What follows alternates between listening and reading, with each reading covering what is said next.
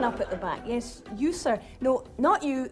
You. You with your arm raised. No, not you. You. The balloon and the tammy. You. Ask your silly question, please. Does the panel think... Well, that's it. Does the panel think... Good question. Dennis Law.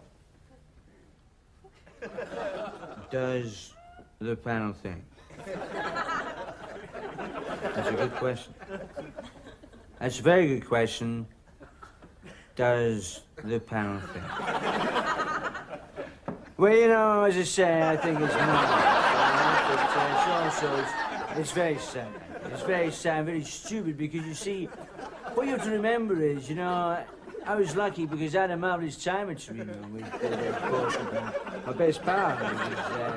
It was Joe Baker, right? He was an Englishman, but Joe had very nice suits, you know. But listen, I tell you, the Italians really know how to make football boots, you know. They're very soft leather, you know, like little boots, you know.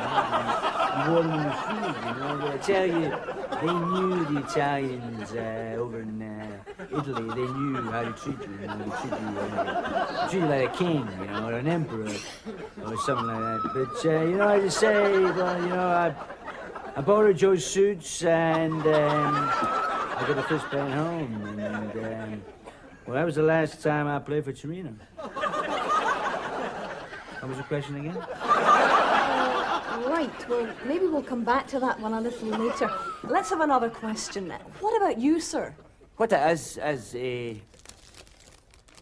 does the panelists think that maybe as if when, like, for example, say they were to start to stop this and get for to deal with thing, what is, because it needs saying, and I'd like to know what the panel think about that.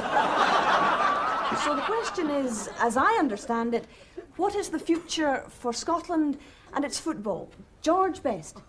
Well, to be honest, I don't really think I'm qualified to answer that. Seeing as I never actually played in Scotland, you know. Well, actually, you once did play for Hibs. I did. Right. Does that answer your question, sir? Yes. Yeah. And can I just ask Graham Souness what he thinks of Andy Roxburgh?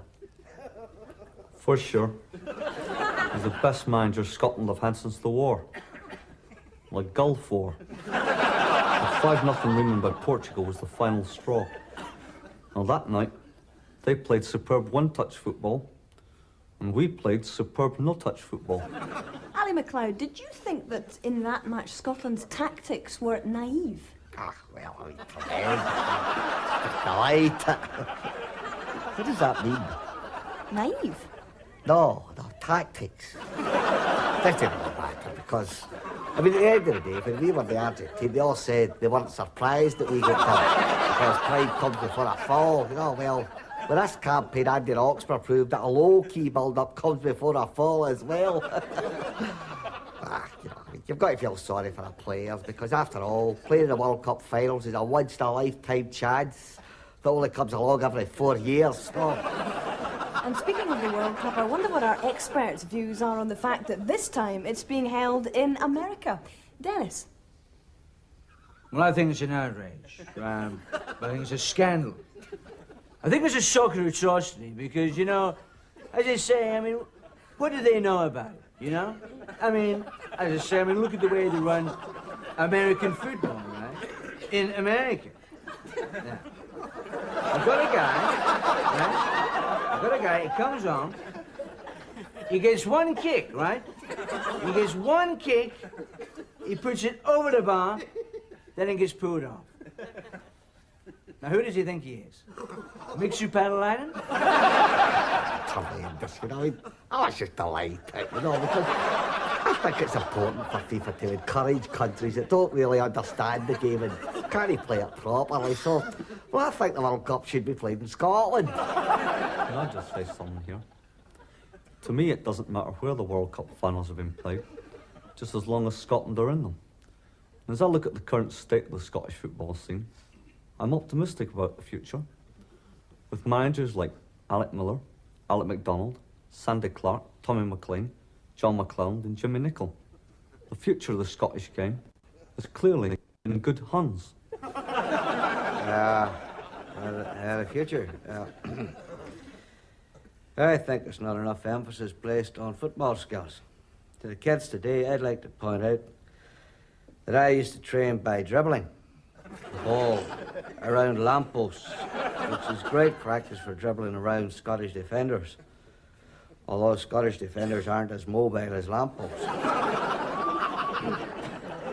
I'm a bit worried about the financial state of Hearts. What do you think of Chris Robinson? Well, he's not called the Pie Man for nothing. He obviously knows pure mince when he sees it. Which Scottish footballers of the past did you admire? All right. Well, the Giants, of course. Wee Jimmy Johnson, wee Billy Bremner, wee Wally Henderson. What'd you think of Giggs? Jim Baxter and I had to stop doing them. We couldn't get an audience. What is your idea of a typical Scottish Premier League player? A typical Scottish Premier League player. That's Mike Galloway. He's a player who always thinks one mistake ahead of everyone else. Do any of the current Aberdeen squad impress you? Well, tremendous, you know. I'd say Big Brian Irvine, because he combines physical presence with religious belief, you know. It's a sort of book-to-gate Christian. I'll tell you, there are more questions than answers. And the more I find out, the less I know. But as one door closes in this superb Scottish soccer summit, another one opens. And for this striker, it's time to hit the bar.